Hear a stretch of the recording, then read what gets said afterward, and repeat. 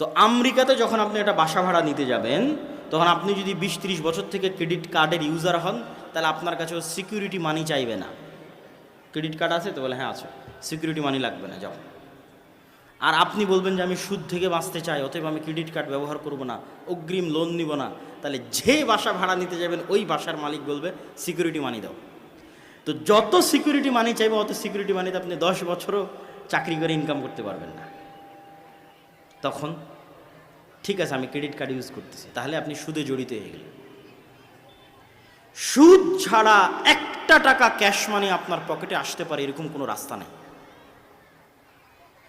এটাই হচ্ছে অর্থনৈতিক দাসত্ব। আপনার অর্থনৈতিক স্বাধীনতা যতক্ষণ না থাকবে আপনি স্বাধীন মানুষ নন, আপনার আভ্যন্তরীণ স্বাধীনতা আসবে না। এই জন্য ইসলাম হচ্ছে ঋণ বিমুখ। আজকে বক্তব্যের এই অংশ